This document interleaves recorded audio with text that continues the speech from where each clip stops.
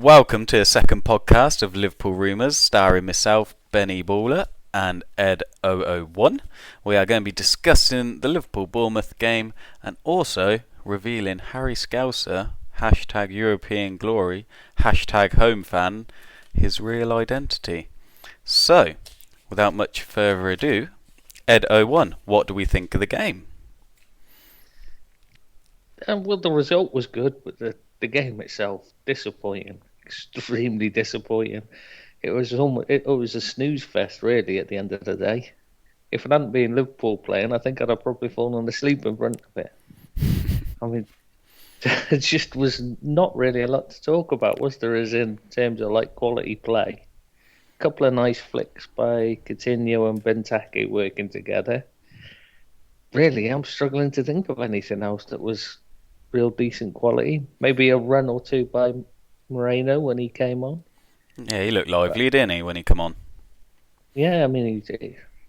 But then he was running against tired legs. I think I'd have preferred it if I would have been the one coming in to attack them. Because I think he could have done some real damage at the end of the game. We've been coming in fresh. Well, that's definitely Yeah. something people mention on the site about using Ibe as an impact sub. I see a couple of posts this week. What do you think about that idea? I actually quite like that idea at the moment because we got that way we could get Channing behind or Lucas. That'd be my preference, obviously.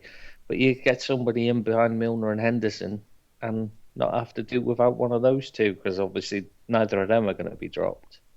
So it's a way of getting them both in and then bring on Ibe later on to run at people when they're tired. Especially their back four was very. They just seemed to have it too easy. I mean, they weren't really. And they're very well organised, but they're not particularly top class. So you could get at them, I reckon. So, how do you think our forward movement looked against their back four? Well, Benteke was fine. He just had nobody helping him out. No support, nobody to nod it down to. There was a number of times he was winning the ball and nobody within 20 yards of him. So, yeah, I just think we don't get enough bodies forward.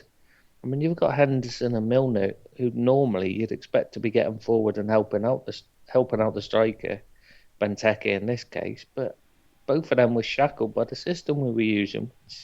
Seems a bit pointless to me. I mean, Milner was having to run out to the right all the time, where Coutinho had drifted inside, which is obviously what he does. He always drifts inside and he leaves this big space out on the right. And I would have preferred to see Klein filling that than Milner, and Milner running into the middle, if anything, rather than out wide to the right. You I talk know he about, can deliver. you talk about the shackles on them. I think there was a bit more, well, a bit less of a restraint on them compared to a Stoke game. I think I saw Henderson being the one more to sit and Milner get forward a little bit more. Do you agree there? Well, yeah, but I mean, the problem is Milner was doing his running forwards and he was just heading straight to the right. I know there was a massive gaping hole there, like where Coutinho was cutting inside, but it's not where he's going to do any real damage unless he's getting the ball and whipping it in, which he wasn't doing. So we still need that as a definite thing we need to look at in our play is getting the ball into the area more, crossing it, Yep, I and think then I getting counted. bodies. I think I counted two crosses, and one was Benteke hit the ball into the floor and then hitting the post and the crossbar, and the other was the goal. Apart from that, I can't remember much crosses going in. Exactly. When you've got a player like Benteke who's so strong in the air, you should be looking to put the ball in more often. In fact, pretty much as often as you can, really. Especially, we've got Henderson and Milner. They should be looking to dive in there and get on the end of the bits and pieces for when he can't nod it down cleanly. Henderson's definitely a Just man who can win headers. Milner is a bit on the short side, but he's brave to put his head where it hurts, and there's no reason them two couldn't get in the box and put their head on things. I mean, it's the kind of. I mean, they don't have to get their head on it. I mean, they can look for the nod downs and that, because with Benteke winning the headers, not always is he going to get clean contact or able to, or it could get cleared or anything. They should be there looking to pick up these bits and pieces. That's what a box-to-box midfielder's a prime job used to be. Frank Lampard. Yeah, exactly. I mean, look at the goals he scored. It's not from being anything particularly special. It's just in getting in there, knowing where it's going to break to. We don't have anybody doing that. And there will be breaks because when the ball's coming into the box, I mean, the back four, well, the two centre backs, they are going to be worried where Benteke is, and it could cause panic, and there's definitely scraps to be had in that box. Oh, definitely, because I mean, even if they get a header, a lot of the times it tends to be, and then the header's just not a clean header because they're worried about Benteke or they're being challenged by him. So the chances are it will end up at somebody else. There's always going to be mistakes being made. But if there's nobody there to profit from them, it's pointless. Just end up in trouble. And we do need more bodies. This was something last season. We saw all last season. There was very much an isolated striker in the box all the time. Nobody there anywhere within, apart from when Henderson was getting forward. And this season, obviously, he's shackled by the system. So that is a major worry because Benteke can't do it all on his own. And in the past, when he's been at Villa, he's shown signs of frustration and sulking. When he was playing under Lambert in particular, you don't want to see him do that with us, do you? He's playing really well, and you want to keep him playing well. You want to give him something to help him play better, if anything, and not give him reasons to be frustrated. I definitely think if you sort of took out either your Lallana or Ibe, you could bring Can't in sort of as a pivot, and then you play Milner and Henderson in front of him, and then one of them or both of them can push on and sort of pick up scraps and get into the box, and you'll always have Can behind you. When you've just got the two, I think they're both timid for one to go forward, if that makes sense. Yeah, because they never know where the other one is. They're both looking to. Neither are particularly defensive minded either, so it is something that's not natural to them, having to cover back. Milner's played most of his career as a winger. He has played central midfield on a number of occasions, but it's not his natural position. He's certainly not a defensive midfielder. He's more of he has some central midfielder. He's always been someone who's charged forward at every opportunity. And yes, he races back well, but there's no substitute for having positional sense. Doesn't matter how hard you wish. If you have positional sense, that's far more important. Makelele made it his whole career out of being positioned where he should be all the time. And that was what he built it on. He was never the quickest. He was never the strongest. He was never the most skillful. But he was always in the right place. And that's why he was the best in the world at what he did. That reminds me of a man that isn't getting a game at the minute. Yeah, well, yeah, Lucas is the perfect player for the position. It's not just that he can win, gets in the position, gets the ball back, breaks up the play. It's that as soon as he gets it, he's always looking for the forward pass. He does always go forward. That's something people don't seem to realise. His first pass normally is forward unless he's got a man up the back and he's facing his own goal. If he's got time to turn, he does always go forward. It's always his first thought is to play forward. The only times he won't play it forward is if there's not an option there, which has been a problem in the past. But you don't expect that if you've got Milner and Henderson. If you had Milner and Henderson, we're a bit more freedom in front of you, and sort of Coutinho. Well, I'd imagine you're talking then is playing Coutinho, Lallana / Firmino / Ibe wide and Benteke down the middle. Is that how you'd play it with three in the middle like that? Yeah, that's something like that. Yeah, any sort of variation of that would be good. Though Firmino did worry me when he came on Monday night. He looked a bit. What's the word I'm looking for? Not lost. He just lackluster. I think lost is spot on. I think we were defending. Yep, and I think we weren't getting the ball into his feet. he seemed to move around position a bit to try and find the ball, and he still weren't finding it. He didn't really get in the game. I think lost is a key word. I wouldn't say lacklustre. I mean, we didn't really have the ball when he sort of come on. But even then, he didn't seem to. The reason why I was saying lacklustre is because he didn't seem to make any effort to get back in and work for the ball. You want him to grab the game by the scruff of the neck and...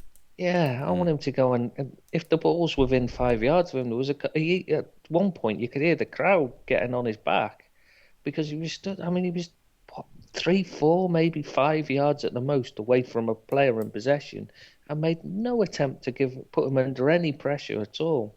Not even the tiniest little bit of pressure, which could have easily won the ball back. It's just nerves, when maybe. You're coming on as a substitute, especially. I don't know. I just think he didn't seem like he was understood what he was supposed to be doing, to be honest. Yeah, I think that actually hits the nail on the head there. It's quite often a problem with it's his second appearance. You can't expect too much, but you'd expect him to at least work his backside off. And he's coming on as a sub. He's only got 5-10 minutes left of the game at the time when he was stood there watching, thinking, just run around, you'd just put yourself about, wouldn't you? Make yourself look busy at least and impress. But he seemed to be more content to just wait for the ball, and that's not going to win you leagues. It's not going to put you up there chasing fourth place. You need somebody to make a difference.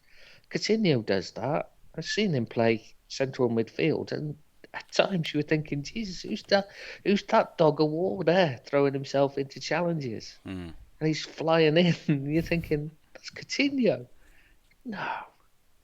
You just see him. He doesn't seem like the same type of player when he drops further back. He's quite happy to get stuck in. Yeah, and I like that about him. Well, Firmino didn't show that. Yeah, I mean that's our midfield and our attack. Let's move on to the back four. What are your views there? Well, Gomez did well, but playing against Richie, who's lacks skill to go past him, he's not got the strength to bully him. He's not got the pace to worry him, and he's just got nothing other than a decent left peg that he wants to either hit a shot, cut inside and hits a shot, or welly a crossfield pass across to the other side, where there wasn't never a space because Klein was always stayed well back and defended well. Yes, Gomez did well against Richie, but Richie doesn't offer enough for me. Klein did well as well. Like I said, he was always in position. I'm still worried about the centre-backs, though. They were too far apart for most of the game. There's no partnership or understanding there that I can see. They just don't seem to know what each other's doing. And I know this is a problem that we've seen all along with Skirtle, but it seems to be something with Lovren as well. Whoever he plays alongside doesn't seem to fit with. Yeah. Unlike when he was at Southampton, where he seemed to know exactly what he was doing, and his teammates knew exactly what he's doing. With us, there just doesn't seem to be any. I mean, he was beaten so easily by Wilson a couple of times, and I know Wilson's quick, but still, he should have put himself in a better position to deal with it. Luckily, they didn't play with two forwards right up on us, right up on the back line. King dropped off too far, and by the time he was catching up with play, it was too late for him to really threaten us, which was lucky because that made the difference for me. That was a huge tactical error on Eddie Howe's part, in my opinion. King's pace is just incredible. And if he'd have been up there, I just can't see how Skirtle and Lovren could have coped with it because they lack-paced them so badly. Yeah. They were splitting so far apart. There was acres between them. With a player like King, he could have been in that space all the time and really caused us all sorts of problems. Well, they did cause us one problem, a certain corner. What do you make of that? Yeah. Well, apart from... Because we discussed this earlier, obviously. We think now we've kind of both come to a different conclusion, haven't we? Haven't discussed. Well, I'm still in the camp it's a foul, but you didn't believe that at the start. No, I still think Lovren ducked under it. My first thought was he ducked under it looking for a free kick, pulling away from it. But now when I'm thinking about it, because I'm thinking about Mignolet makes to come out and does start to come out for the ball and then stops and dithers and goes back. I'm wondering if Lovren thought the keeper was coming flying out, and the duck was not because of the trying to win a foul, but was because he was expecting the keeper to go over the top of him and punch it clear. Because that's the only reason I can see for actually ducking under a ball that he should have won. He could quite possibly have been fouled. I'm sorry, but I just don't think that there was enough pressure put on him to stop him heading that ball. He was always well in front. He should have still made an attempt to head it. Did you play the game, Ed? Because come on, you see that little hand in the back. When you're in the air, that can do all sorts to you. But he wasn't in the air. He never took off. It was sort of all sort of one movement. As he was taking off, he got a little left hand in the back, followed by that left hand going over his left shoulder and the right hand over his right shoulder. And there's jumped. Well, maybe he couldn't jump. I'm sure he could. He was being. Someone's on his back. He was being used as a ladder. I don't think a professional footballer would bottle that header, unless, of course, you say Mignolet shouted or he's got Mignolet in the corner of his eye and sees him coming. Because Mignolet did take a step, before deciding to get stuck in no man's land. But I still think, even that little bit of pressure, he's gone to push. He's thought, oh god, I ain't got no bounce here. I'm gonna have to make it look a foul now. I've got no bounce. I've got no leverage because he's on top of me. The best I can do now is duck my head and hope the ref thinks, sees the foul clearly.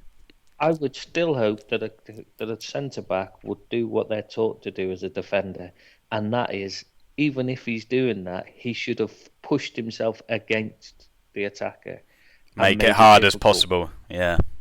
He did nothing. He just ducked, and that to me is, even if he is fouled, that's poor defending. And that, for me, would have him on the training ground doing an extra hour after training. You say poor defending, it got the goal ruled out. Well, then it's, then you could call it cheating maybe.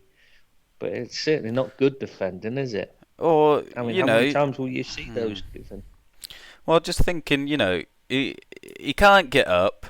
He's not going to get up. You would like him to back in to stop him, to make it hard as possible. But you just, we're thinking about it 2 days later. He's in the moment.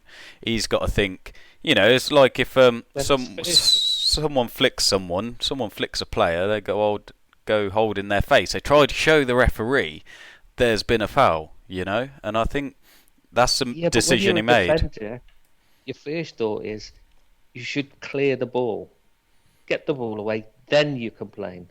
You don't do it while you're in the moment. That's bad defending. I don't think he could get the ball because he's being leaned on. Well, then he should make it as difficult as possible for the attacker to get it. Well, that's what I mean. He's gone. He's got two trains of thought there. I've been lent on. I can't get up. Do I make it look like a foul or do I make it hard as possible? And obviously, he's gone with the former rather than the latter. Yeah, but 9 times out of 10, that decision won't go his way. Oh, totally. I'd rather he did the 9 times out. I'd rather he did what worked 9 times out of 10 than do what will work 1 time out of 10. No, I can agree with you on that. That's my worry. Is now he's seen it work. Will he then do that next time? And it'll be in the back of the net, and he won't get a foul. And no amount of complaining will change a ref's mind. Very good point. What about... Go on. To the whistle. Yeah, play to the whistle. Well, I just think I personally think he couldn't get up. He's thought, he could have gone... He could have thought Mignolet's coming. He could have totally bottled the header. Yeah, I'm open to it. But as a professional footballer, I'd hope not. And he does win his headers, so I don't think that. Yeah, I think only Lovren will know what he was thinking. Can we agree on that? Yeah, I do. I don't see him as a bottler. I gotta say, he does seem to like to get stuck in, doesn't he? He does seem to like the battle. If anything, he gets a bit rash and gets carried away. Is his problem normally, isn't it? Which is why I was wondering if possibly he did think Mignolet was coming out, and so he's just getting out of his way. We do know there's no communication at the back, even now. There's been a real struggle with that. You could see it because the gap between Skirtle and Lovren at all times, where they're being dragged all over the place, that just shows a clear lack of communication. Do you think that'll come in time? Do you think it'll come in time? It's something O'Driscoll works on a lot in training, so I'm hoping it'll come. I can't see how it can be left like that. It has to be improved on. Let's talk about our goal then. I think, there's no disputes with any football fan in the world. It's offside. Yeah, should never have been given, but well, I can't even think what the linesman was thinking when he gave it, to be honest. Can't even think of an excuse for him. I'm just trying to think it back. Was no, because Benteke was all our players were onside. He was the only offside one. So there's no one blocking the view of Coutinho, was there? No, there was nothing to block the view. It's just one of those bizarre decisions that you can't figure out. I understand Coutinho going for it. He doesn't know who's behind him.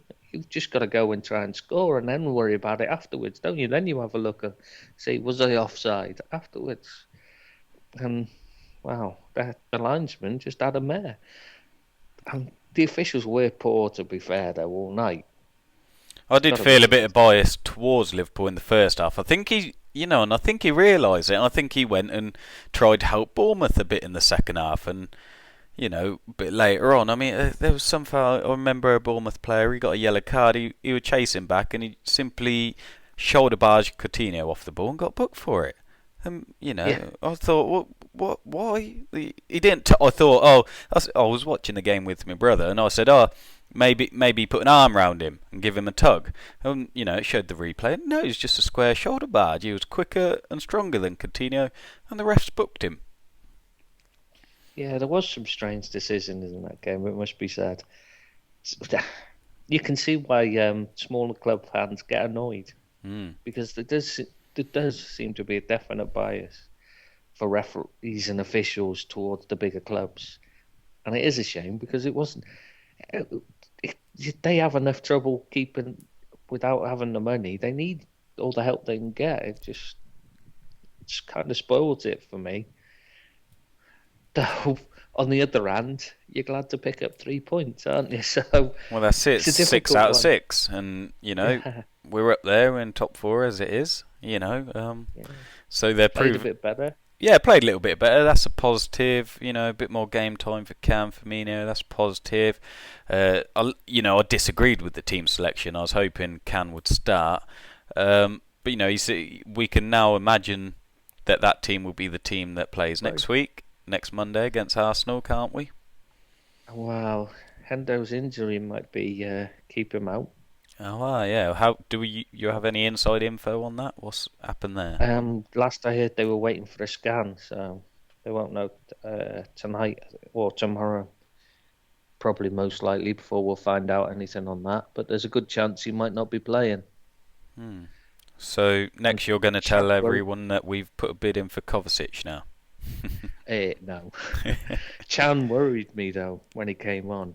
Go on. He looked a bit headless chicken, didn't he? Charging around rather than just sitting there and holding and protecting the back four. See, I think that relates into Firmino as well. I think you talk about not knowing what they're meant to do. Well, it hurts to say, but our backs were kind of against the wall against Bournemouth, and he come on chasing like headless chicken. Firmino didn't know where he were meant to stand. Good subs last week, yes. This week, coming in at that stage at a 1-0, the game could have gone anyway. I think they were, there was a bit where Can chased a bloke into the box, and I thought, oh God, here comes a penalty, because he got goal side, and it was far corner, and he got goal side. And I thought, oh God, because he did look reckless. And I think coming on late into a game at 1-0, it's got to be hard for the players.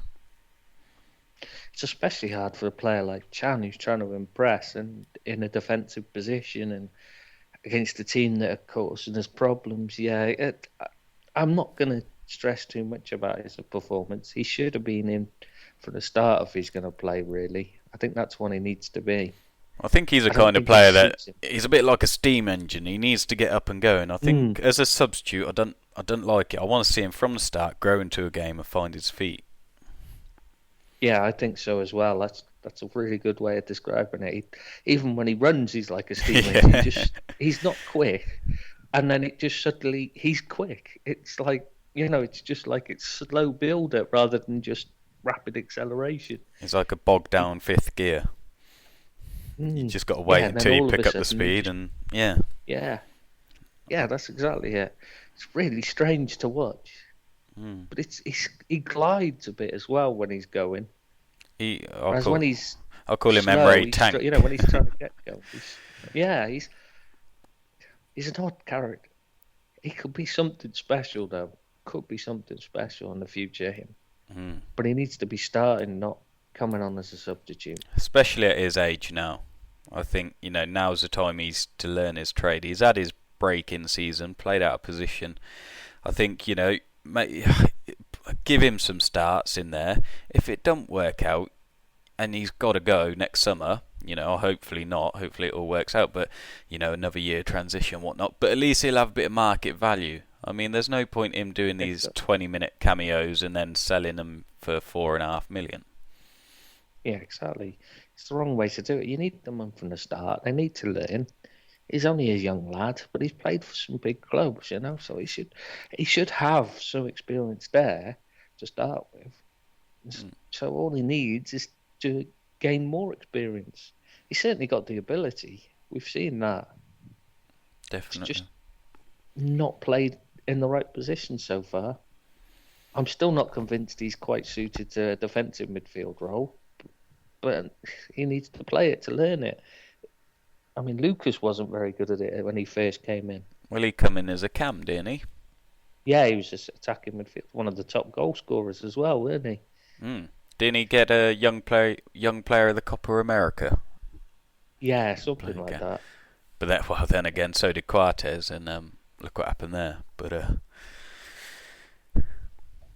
yeah, but he was just slow and injury prone. Yeah, he's got some fantastic ability on the ball, but he just lacks pace, and his injuries cost him badly. He takes he reminds me of oh god, what was his name? Fabio Aurelio. Do you remember him? Hell of a player. Yeah, exactly. But he would be crap for 6 games, awful. And you'd be thinking, after injury, he'd always get injured, then he'd come back, he'd play 6 games, and you'd be thinking, oh God, who is this donkey? What the hell's happened to him? And then the next game, he'd be out of this world, and you'd be thinking, what a player. And then the very next game, he'd be injured again for another 6 months. I do like how you said you remember him. I'm not that young. I do remember Aurelio. I had to check. Because you are only a child, after all. That's it. But I'm a child that remembers Aurelio and that deadly left foot. I still remember. Was it him? He scored that goal, didn't he, against Chelsea? Put it in near post, a free kick. Czech was expecting a cross, weren't he? I loved him. It's just a shame he couldn't stay fit. I mean, anyone that could get injured playing football with their kids in the back garden, just there's no hope for you, is there really? Bless him. Right, let's move on. We've covered the game. Positives are slightly better than last week. That's about it. Unless there's anything else you want to talk about on the game. Oh, just saying the other positive is another 3 points. Another 3 points, and at the end of the season, you're not going to be remembering the offside goal if you win the league by a point, are you? Well, or you might remember it, but you won't care. Yeah, I suppose so. Right, let's move on then. Do you want to reveal? Now, I've not listened to this. I don't know this. I don't know where you're going with this. Who is Harry Scouser? I'm intrigued. Well, you see, people keep asking me about Harry Scouser. Is he one of the editors? Is he, what is he? Who is he? Where do you find him? Where do you dig him up from? So I decided to do a bit of research. Okay. Track down his IP and stuff, and you're looking at. Turn It's his... an odd place where it comes from. So you do a bit more background research, and I found out that there's an experiment going on. You see, what happened was the quote about 1 million monkeys in a room could produce the works of Shakespeare. Shakespeare, if they all had 1 million typewriters, yep. Yeah, that's the one. Yep, yeah. Well, this reached North Korea, and they misheard it and thought that the complete works of Shakespeare was written by 1 million monkeys in a room with typewriters. So they locked 1,000 monkeys in a room with laptops, and well, Harry you've seen the will... result. It's Harry Scouser and his multiple names. But I've seen no works of Shakespeare. Exactly. They need another. See, they only got 1,000 of them. That's where they went wrong. So we're going to expect more clones of Harry and more usernames. Yeah, another 990,000 of them, and we'll be getting Shakespearean words coming into the site. Well, there you have it. That is the true identity of Harry Scouser. I'm shocked. 1,000 monkeys in North Korea. It's Harry Scouser. To be fair, I think that discredits the monkeys. Yeah. Oh, harsh. Is that harsh? Well, there we go. Right, we've smashed that in half an hour. You will be getting a longer podcast at the weekend, is that right? Yeah, that's correct. What are we going to be covering then? Well, some of the changes in the summer to the coaching staff, or some of what actually happened there. Let's talk about that, I think. That sounds good. I'm sure you can talk about that for an hour. Oh, you don't believe me? Yeah, there's quite a lot to discuss there. Wonderful.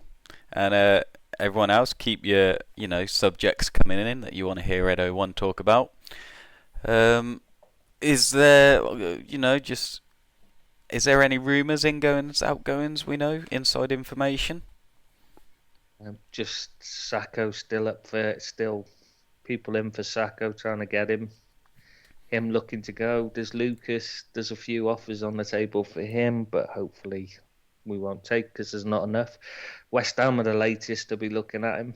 They're very interested. So I'm not sure they'll pay the money we're looking for either. So they're talking about like 3 to 4 million. Well, that's an insult. But then again, we've offered insulting amounts for players too. So, but luckily they seem set to sign Song. So I don't think they'll go for Lucas as well. I think that was if the Song deal didn't happen. So I think that one won't happen. Where did off Liverpool, but obviously a transfer today, Pedro. Where'd that come from? Well, this is something Ed002 had said a while back, I think on the Man United site, I can't remember, it might have been on the Chelsea site, that he was like the backup option if Griezmann didn't happen. And Griezmann doesn't look like it's happening, so Pedro's in instead. So this was, and I'm talking months ago he'd said this. So. Well, now you'll just have all the Man United fans talking him up last week. They'll now say he's, crap. That they didn't need him now. Well, actually, it was very split on him. Anyway, there was people who thought he was wonderful because he played for Barcelona. Was mostly the discussion, mostly the thing. He plays for Barcelona. He must be great. He's won things. He scores goals for them. But when he's coming on for the last 10 minutes of the game, being fed by Messi and Xavi and Iniesta, anyone could score the goals. Really, to be fair, with pace. Maybe even you. Well, maybe not me, but I wouldn't be able to see it. Once I take my glasses off, I wouldn't be able to see the ball. So, yeah. Right, superb. So yeah, keep your posts coming in, feedback coming in. We're still growing as the podcast goes, and keep your topics coming in, and we will try and find time to cover them. Any last words from you, Ed? I'm just gonna say Inler, good signing that by Leicester by the looks of it. I'm very impressed with that one. Top 4 challengers? Oh, no, I don't see that at all. Top half, definitely, but I agree. No, I'm teasing with the top 4, but I really think Leicester can get a top half finish. I think they'll surprise a few. Well, their owner's aiming to make top 4 in time. It's what he's investing for. So I like Leicester, and I think we'll leave it there on we like Leicester, and we hope they'll get top half. Stay tuned, and you will be hearing from us at the weekend. Thanks very much for listening.